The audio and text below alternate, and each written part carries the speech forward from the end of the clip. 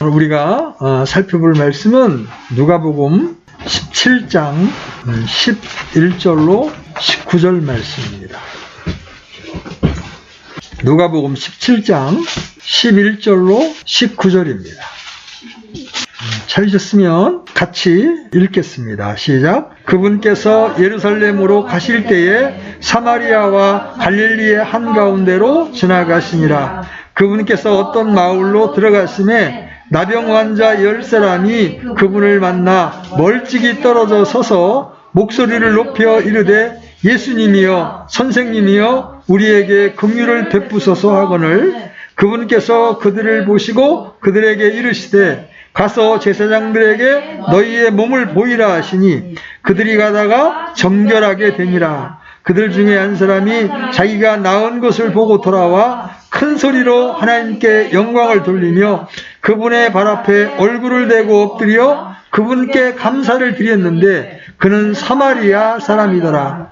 예수님께서 응답하여 이르시되 10사람이 정결하게 되지 아니하였느냐? 그런데 그 9사람은 어디 있느냐? 이 타국인 외에는 하나님께 영광을 돌리러 돌아온 자들을 찾지 못하였도다 하시고 그에게 이르시되 일어나 내 길로 가라. 내 믿음이 너를 온전하게 하였느니라 하시니라. 아멘. 우리는 믿음과 순종이 주는 복에 대하여 이제 살펴보고 있어요. 지난주에는 시리아 사람인 나아만 장군이 나병에 걸려서 문둥병에 걸려서 엘리사라고 하는 하나님의 대언자에게 가서 그 문둥병을 치료받는 장면을 살펴보았습니다. 우리가 그 부분을 다루면서 몇 가지 영적 교훈들을 살펴보았죠.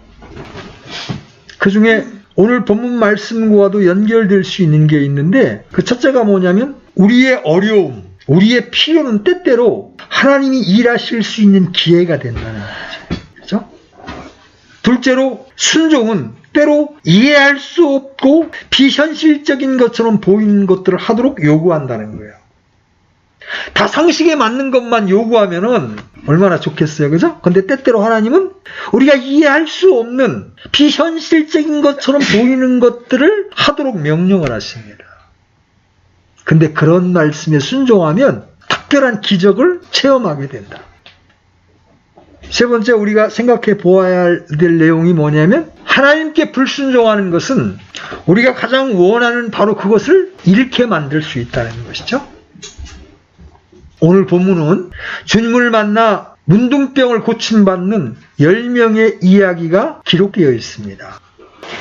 오늘 우리는 이 본문에서 주님의 말씀에 대한 믿음과 순종이 얼마나 중요한지, 어떤 효력을 가져오는지 이제 그런 부분들을 살펴볼 수가 있어요.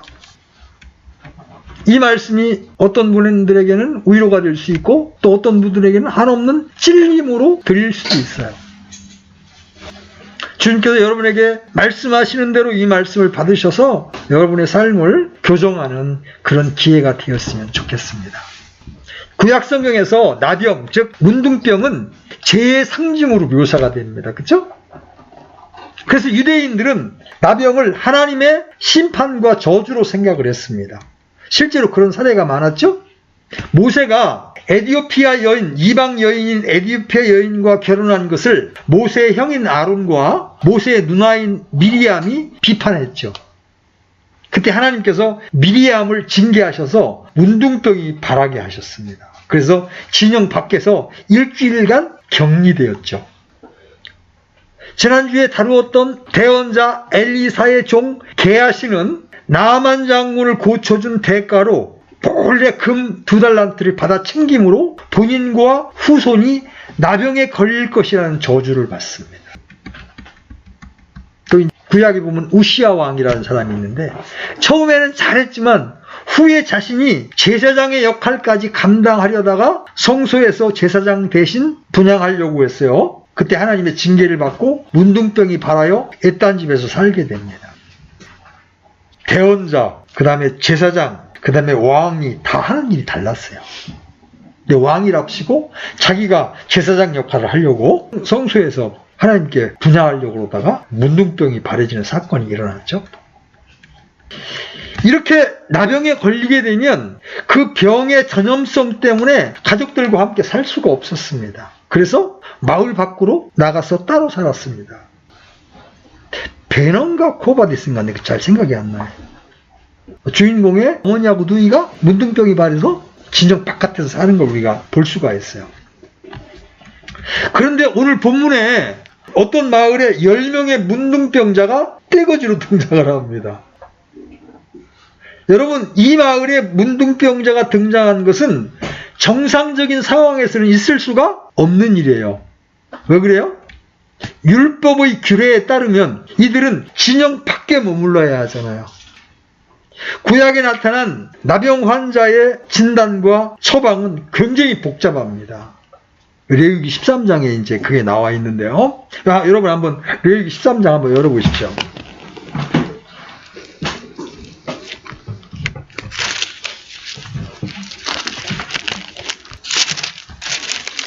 (1절) (2절만) 한번, 원래 전체를 다 봐야 되는데 시간이 없으니까 1절 2절만 한번 보겠습니다. 같이 읽습니다. 시작. 주께서 모세와 아론에게 말씀하여 이르시되 어떤 사람의 살의 피부에 종기나 딱지나 반점이 생기고 그것이 그의 살 피부에서 나병같이 되거든 그를 제사장 아론에게나 그의 아들들인 제사장들 중 하나에게 데려갈 것이요. 이 사람의 살의 피부에 종기나 딱지나 반점이 생겨서 그 피부가 나병같이 되면 즉시 제사장에게 데려가야 합니다. 의사에게 데려가는 게 아니라 제사장에게 데려가야 합니다. 제사장은 의학적인 견지에서 환자를 치료하기 위해서가 아니라 그 피부병이 문둥병에서 비롯된 것인지 일반 피부병인지를 분별해낼 목적으로 환자를 살펴야 했습니다. 그 피부병이 문둥병에서 비롯된 것이라면 즉시 그 제사장은 그가 부정하다고 진단을 내려야 했습니다. 그리고 일단 부정하다고 결론이 내려지면 그는 문둥병자로서 더 이상 진에 머물 수가 없어요. 진 밖으로 쫓겨나 혼자 살아야 했습니다. 사람들과 사귈 수 없고 성전에 나가서 제사를 드릴 자격이 박탈되었습니다. 이것은 그 환자에게 사형 선고와도 같은 형벌이죠. 그렇죠?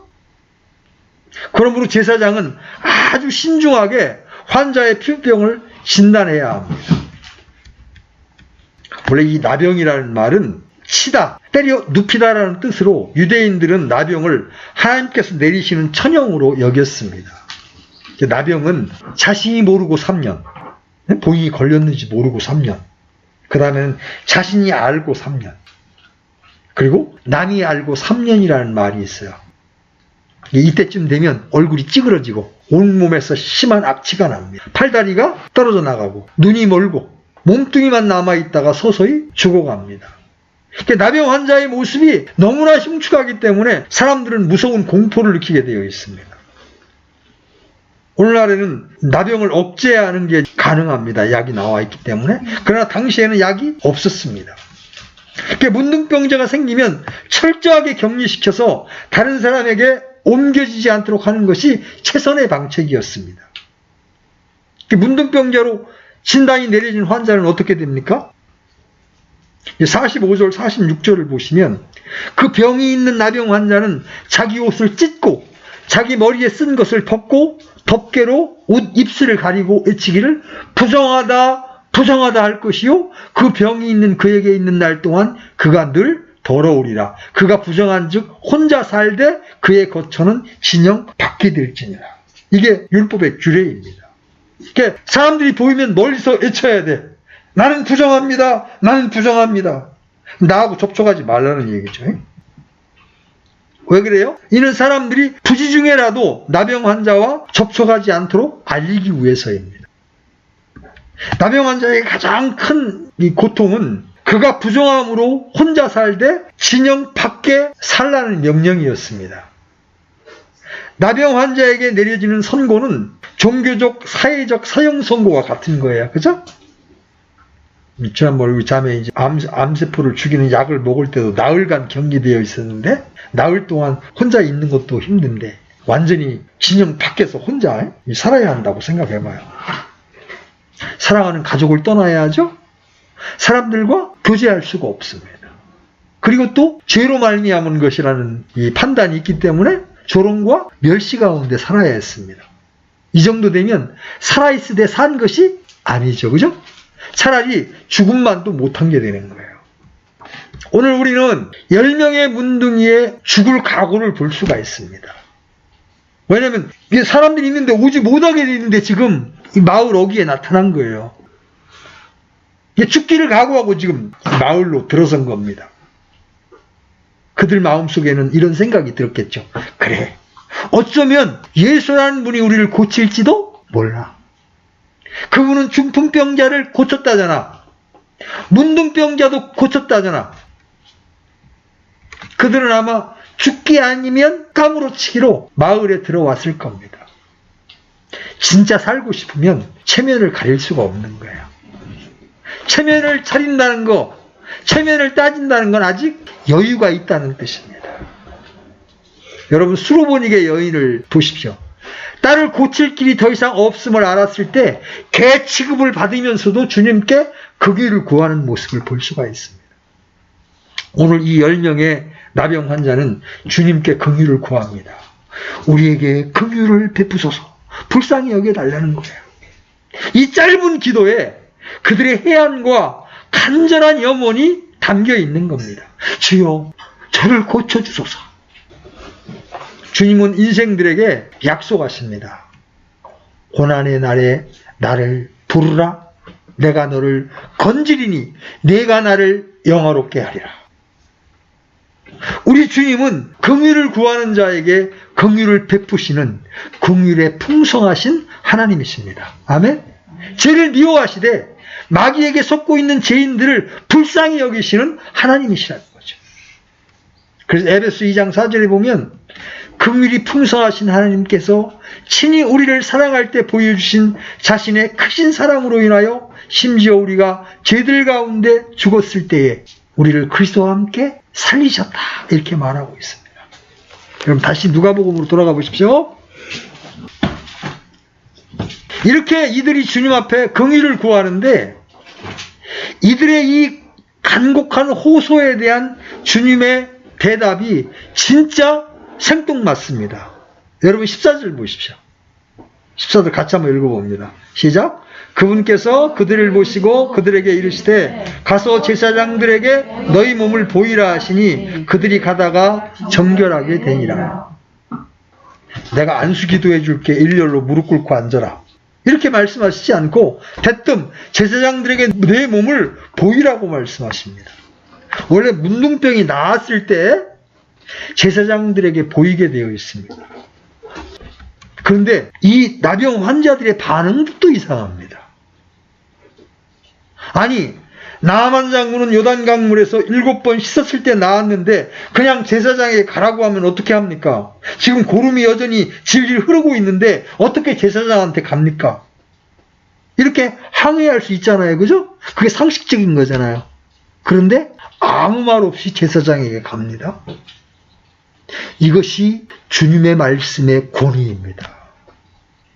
여러분, 왜 복음서에 보면 제자들을 선택해서 예수님께서 부르실 때 나를 따라 오너라 그러니까 갑자기 하던 일을 다 때려치고 따라버리잖아요. 그죠? 우리 생각은 이해가 잘 안 가죠. 이게 주님의 말씀의 권위예요. 하나님의 말씀의 신적인 권위가 딱 이 가입되어서 우리에게 들려질 때 우리는 아무런 저항 없이 그 말씀에 순종하게 되는 거예요. 이 말씀의 권위는 우리에게 믿음을 주는 거예요. 그리고 주님은 우리에게서 그 믿음을 보시기를 원하십니다. 주님은 이 문둥병자들을 보고 너 요단강 물에 7번 들어갔다 나와라 이렇게 나아만처럼 이야기하지도 않고 내가 안수기도 해줄게 그러지도 않고 그냥 대뜸 제사장에 가서 네 몸을 보이라. 황당한 이야기인데 그런데 또 이 10명의 나병 환자들은 예 알겠습니다 하고 또 제사장한테 갑니다. 레위기 14장을 읽어보면 나병 환자의 정결법이 등장해요. 나병은 인간의 힘으로 고칠 수 없는 불치의 질병이었습니다. 그런데 하나님의 긍휼과 은혜로 치유되는 경우가 있었습니다. 그럴 때 3단계의 정결 의식을 행함으로 공동체에 들어올 수가 있어요. 아주 까다롭습니다. 그 절차가. 코로나로 격리됐다가 돌아오는 건 아무것도 그 일도 아니야. 이 나병에 걸렸다가 돌아오는 건 굉장히 어려워요. 첫 번째 단계는 이 진영 밖에서 어떤 일을 해야 돼. 나병 환자가 나왔다는 소식을 들으면 제사장이 진영 밖으로 직접 나갑니다. 나가서 환자를 진찰합니다. 제사장이 환자를 진찰해보고 그 환부가 나왔으면 진영 밖에서 정결한 새 2마리와 백향목과 주황색 실과 우수수를 가져오기 위해서 정결식을 행해야 합니다. 먼저 흐르는 물 위에 질그릇 안에서 새 한 마리를 잡습니다. 다음에는 주홍색 실로 함께 묶은 백향목과 우술초에 그 피를 찍어서 나병에서 나은 사람에게 7번 뿌리면서 정하다고 선포를 합니다. 그리고 다른 새 한 마리는 잡은 새의 피를 찍어서 들에 놓아줍니다. 그럼 잡혔던 새 한 마리는 호로록 날아가게 되죠? 이것은 환자가 나병에서 해방되어 다시 자기가 살던 곳으로 되돌아가는 것을 상징합니다. 이것은 그동안 살았으나 죽은 자와 같이 살던 옛사람은 죽고 새 사람이 되었다는 확신을 가지고 새 생활을 출발하도록 돕는 의식이라고 할 수 있어요. 그 후에 그 사람은 옷을 빨고 모든 털을 밉니다. 그리고 몸을 물로 씻습니다. 그렇게 하면 정하게 되어서 이제 진영 밖에서 진 안으로 들어올 수 있어요. 그렇지만 바로 집으로 못 갑니다. 자기 집 장막 밖에서 또 한 번 정결례를 행해야 됩니다. 7일 동안 장막 밖에서 거해야 합니다. 7일 후에 다시 모든 털을 밀고 머리털, 수염, 눈썹까지 싹 밀고 그 옷을 빨고 몸을 물에 씻어야 합니다. 옷을 빨고 모든 털을 밀고 몸을 물로 씻는 것은 옛사람이 죽고 다시 태어남을 상징합니다. 이는 다시는 다른 사람에게 혐오감을 주지 않고 정결한 몸과 마음으로 하나님의 백성으로 살 것을 서원하고 결단하는 표현이라고 할 수 있어요. 이렇게 자신을 정결케 한 후에야 자기 장막으로 들어가 가족과 함께 거할 수가 있습니다. 근데 이 자기 장막 밖에서 7일을 지낸 후에 8일째 먼저 하나님께 속죄를 위한 희생을 드립니다. 그래서 이 범법 헌물의 희생의 피를 취해서 제사장이 이 정결함을 받은 자의 오른쪽 깃볼과 오른손 엄지와 오른쪽 발에 그 피를 찍습니다. 그리고 왼손으로는 그 기름, 그 희생물의 기름을 주 앞에 7번 뿌리고 남은 기름을 정결케 될 자의 오른쪽 깃볼과 오른손 엄지와 오른발 엄지에 희생의 피를 바른 부위에 발라줍니다. 그렇게 함으로 이제 새롭게 새로운 생활을 시작하는 거예요. 여러분 여기서 피가 발라지고 기름이 발라지는 걸 기억해 보십시오. 우리가 정결케 될 때에도 복음의 말씀을 통하여 내가 죄인됨이 발견되었을 때 예수님의 피를 먼저 우리 마음에 뿌리는 겁니다. 그죠? 아, 예수님의 피가 내 모든 죄를 사했다는 것을 내가 믿게 될 때 하나님께서 또 성령이라고 하는 기름을 붓습니다. 그러면 내가 하나님의 사람으로 새롭게 태어나는 거예요. 이렇게 어렵고 복잡한 절차를 통해서만 나병 환자가 집안으로 다시 들어올 수가 있어요. 이러한 절차는 죄인 한 사람이 하나님의 품으로 돌아오는 과정과 흡사합니다. 정결케 되어야 할 자가 있고 죄인이 있어야 되고 그 다음에 피를 흘리는 새가 있고 수양이 있고 암양이 있습니다. 그리고 그 일을 집행하는 제사장이 있습니다. 이 희생제물의 피와 기름이 나병 환자에게 발라져야 정결하다고 판결을 받습니다. 오늘 우리는 그리스도의 피로 칠해지고 성령의 기름 부음을 받은 자들입니다. 아멘? 문둥병에서 나음을 입은 자들이라는 말이에요. 누가? 여러분이. 우리 인생들은 어떤 의미에서 진 밖에 살던 문둥이와 같은 죄인들이었습니다. 우리는 과거의 범법과 죄들로 죽었던 본질상 진노의 자식들이었습니다. 살았으나 죽은 자와 같은 산송장이나 다름없었습니다. 그러나 긍휼이 풍성하신 하나님께서 그 크신 사랑으로 우리를 그리스도와 함께 살리셨습니다. 하나님께서는 부활하신 그리스도 안에서 새 생명을 얻도록 인도해 주신 거죠. 문둥이와 같이 하나님의 가족 밖에서 진 밖에서 살아야 마땅한 자들을 구원하시고 하나님의 거룩한 백성으로 살게 해 주셨습니다. 우리는 문둥병자와 같이 범법과 죄들로 죽었던 자들이요 육체의 욕심을 따라 살던 본질상 진노의 자식들이었습니다. 그러나 긍휼에 풍성하신 하나님께서 범법과 죄들로 죽은 우리를 그리스도의 피로 구속하시고 독특한 백성이요 거룩한 민족이요 제사장으로 삼아 주셨습니다. 자, 여기서 이제 한번 생각해 볼 게 있어요. 만약 문둥병자들이 예수의 말씀을 믿지 않았다면 가지 않았을 겁니다. 그죠? 아, 예수님 지금 장난하는 겁니까? 우리 몸이 하나도 안 났는데 왜 가라는 겁니까? 근데 여러분 보세요. 그들이 이 말씀을 믿고 출발했을 때 어떻게 됐어요? 14절 하반절 보세요. 그들이 가다가 정결하게 되니라. 그들이 가다가 정결하게 되니라. 할렐루야죠. 그죠? 여기서 우리가 찾아야 할 영적 교훈이 있어요. 믿음이에요. 첫 번째 믿음입니다. 주의 말씀을 믿으면 그대로 된다는 겁니다. 내 믿음대로 될지어다. 어느 날 우리는 복음을 듣고 그 말씀을 믿었습니다. 그리고 우리는 정결케 되었습니다. 아니요, 나 여전히 더러운데요? 그건 내 생각이고. 내가 예수 그리스도를 믿는 순간 예수님의 피와 성령의 기름 부으심을 통해 하나님 앞에 나는 정결케 된 겁니다. 아멘? 그걸 믿는 게 믿음이에요. 마귀는 계속 우리로 하여금 우리의 실제 행동을 바라보게 만듭니다. 아, 내가 이런데 어떻게 기도할 수 있어? 내가 이런데 어떻게 믿는 자라고 말할 수 있어? 그건 내 생각이에요. 내가 예수 그리스도를 믿는 순간 나는 하나님의 눈앞에 새로운 사람으로 깨끗하게 된 겁니다. 의롭게 된 겁니다. 아멘? 그 다음에 본문에 제사장에게 복이라는 말씀이 나오는데 이제 진짜 제사장이 있어요. 그분이 누구예요? 예수님이에요. 율법을 완성하러 오신 주님 자신이 십자가에 죽으시어 율법을 완성하실 때까지 율법의 규례에 따라 제사장에게 보여야 했어요. 예수님은 이제 자신이 영원하신 대제사장이면서도 그 당시 율법 아래에 있었기 때문에 하나님의 경륜에 맡겼어요. 그래서 야, 너네 제사장에 갈 필요가 없어. 내가 낫게 했으니까 그냥 너희 집으로 가면 돼. 그렇게 말씀하시지 않고 제사장에 가서 복이라. 왜?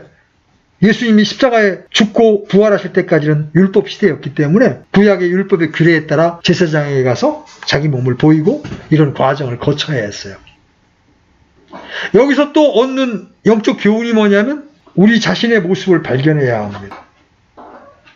이 짧은 구절에서 여러분은 전율을 느껴야 돼요. 나병 환자 중에 하나가 여러분이었다고 한번 생각해봐요. 여러분의 사랑하는 자식이었다고 한번 생각해 보십시오. 어느 날 반점이 생기더니 고름이 나오고 온몸이 썩기 시작합니다. 그래서 사랑하는 가족과 격리되었습니다. 모든 것을 잃었습니다. 살아있을 때 산 것이 아니었습니다. 보통 사람들이 누리는 행복을 전혀 누리지 못하는 그런 자들이었습니다. 죽지 못해 사는 것이었습니다. 나병이 나았다는 것은 사랑하는 가족 통으로 돌아간다는 것을 말합니다. 이제 군대 갔다 온 남자들은 압니다.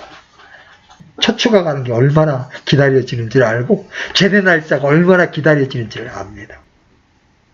아, 군대 가서 가족과 떨어져 있는 것만도 그렇게 힘든 세월인데 여러분 나병에 걸려서 조롱과 멸시를 당하면서 사랑하는 가족들과 떨어져 있다고 생각해봐요. 소망이 없는 거예요. 그런데 이제 가족을 만날 수 있습니다. 하나님의 성전에서 경배할 수 있는 자가 되었습니다. 이제는 산 소망이 있는 자들이 된 거예요. 여러분이 이 나병 환자들에게서 여러분의 모습을 발견하지 못한다면 여러분은 복음을 이해하지 못한 거예요. 이제 죽었던 자가 살아난 거예요. 어둠에서 빛으로 나온 거예요. 사망에서 생명으로 옮겨진 거예요. 우리는 그리스도 밖에 있던 자들이었습니다. 그렇죠? 애인들이었습니다.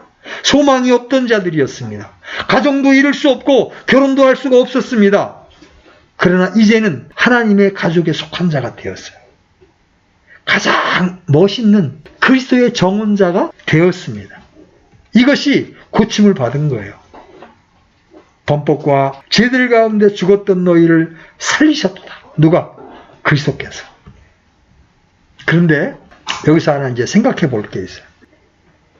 이 10명의 나병 환자들이 그야말로 상상할 수 없는 믿음과 순종으로 제사장에 가다가 몸이 낫는 이런 기적을 체험했습니다.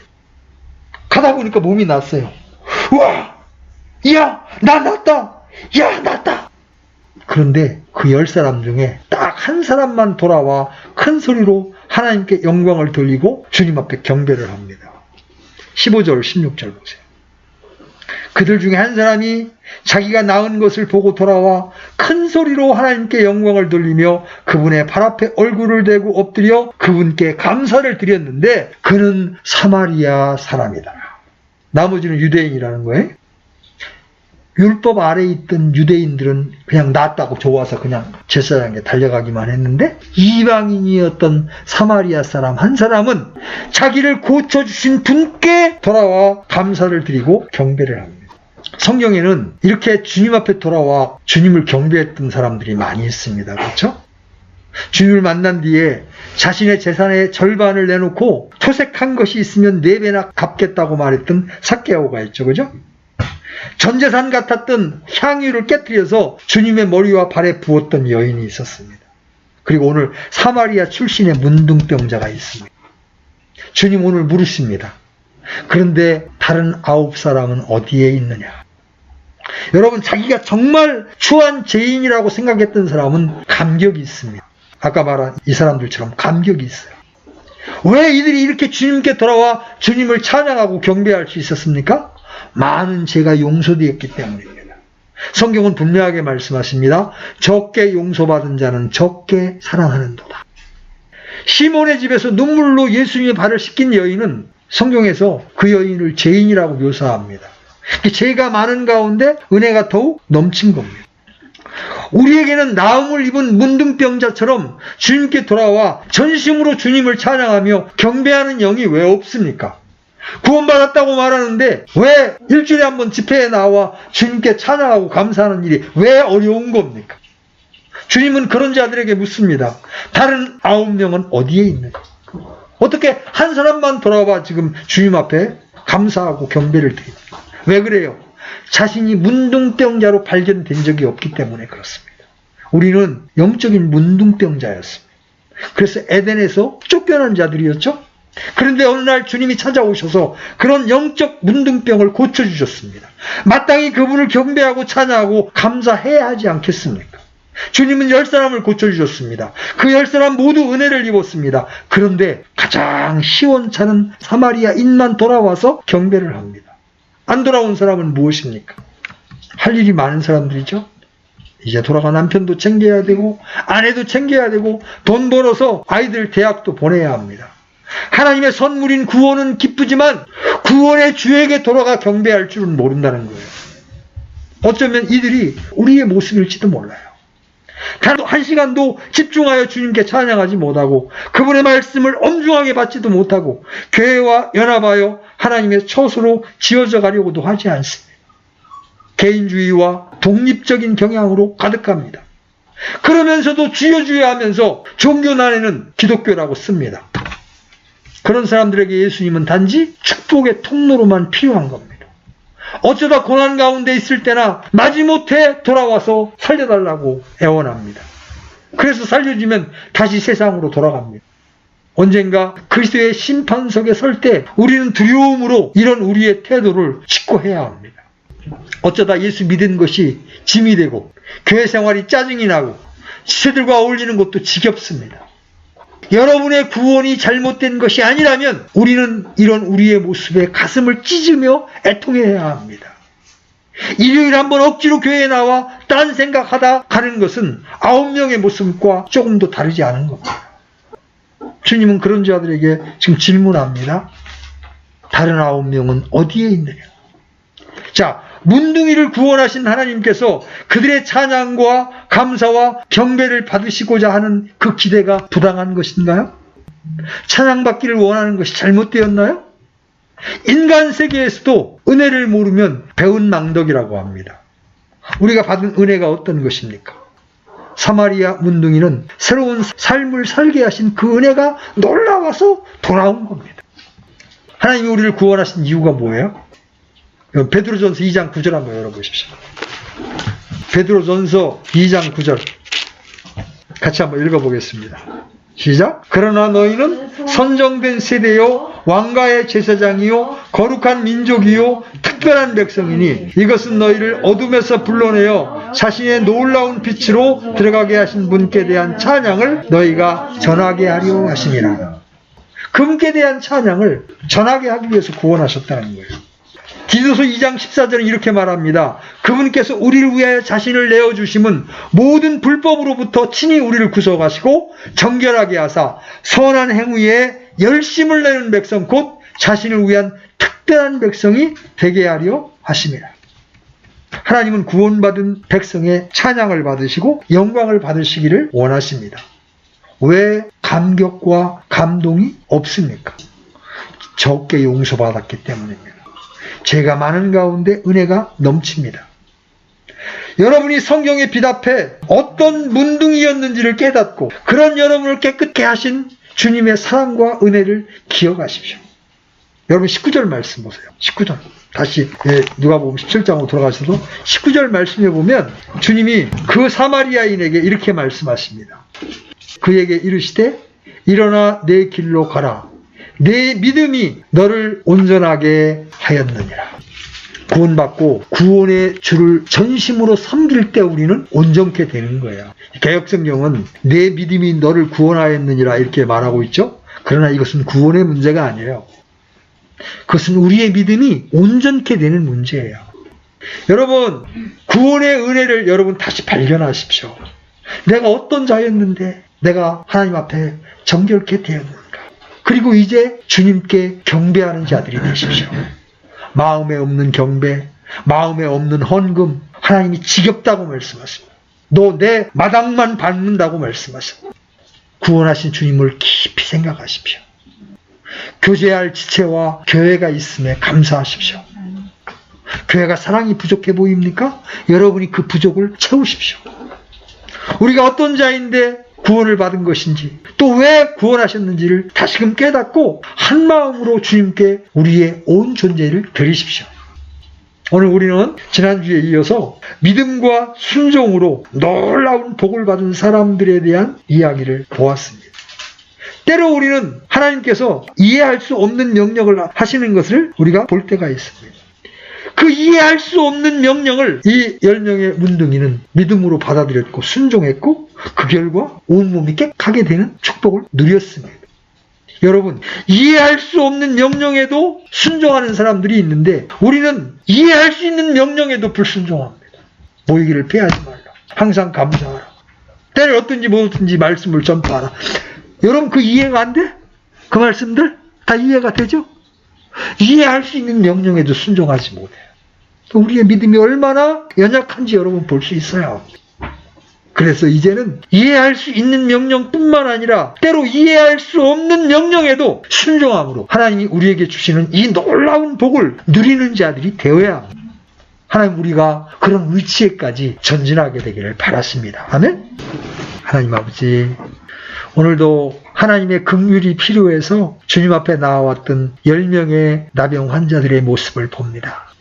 우리도 그들과 똑같이 고름이 질질 흐르며 죄악들을 이 땅에 뿌리며 다니던 그런 자들이었습니다. 천국과는 아무 관계가 없는 진영 밖에 쫓겨난 그런 자들이었습니다.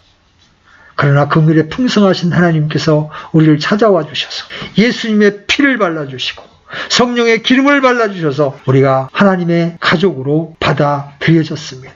하나님 감사합니다. 오늘 10명의 나병 환자는 형편이 전혀 바뀌지 않았는데도 주님의 말씀을 믿고 순종하여 제사장에게 가서 보이라는 말씀에 순종하여 길을 가다가 나음을 입었습니다. 때로 하나님께서 우리에게 이해할 수 없는 명령을 주실 때라도 우리가 그 말씀에 순종할 때 이러한 놀라운 복을 받을 수 있음을 보았습니다. 우리의 믿음이 이런 자리까지 자랄 수 있게 되기를 바랍니다. 10명의 나병 환자가 고침을 받았지만 오직 한 명만 돌아와 주님 앞에 감사하며 경배를 드렸습니다. 우리가 구원의 기쁨만을 좋아하고 주님 앞에 돌아와 주님과 교제하고 감사하는 것을 소홀히 하는 우리의 모습을 또한 이 시간 발견합니다. 주님, 이런 우리에게 다른 아홉은 어디에 있느냐고 물으십니다. 똑같은 은혜를 입었는데 감사할 줄 모르고 주님 앞에 경배하는 일을 힘들어하고 집회로 모이는 것조차 어려워하는 우리의 모습을 발견합니다. 오 주님, 우리를 불쌍히 여겨 주시옵소서. 우리 안에 다시 구원의 감격과 은혜를 회복시켜 주셔서 우리를 구원하신 주님 앞에 모든 것을 드려 헌신할 수 있는 그런 자들로 발견될 수 있도록 성령의 은혜 가운데 우리를 고쳐주시기를 원합니다. 오늘도 말씀을 통하여 우리를 깨워주신 주님 앞에 감사를 드립니다. 주 예수님의 이름으로 기도드렸습니다. 아멘.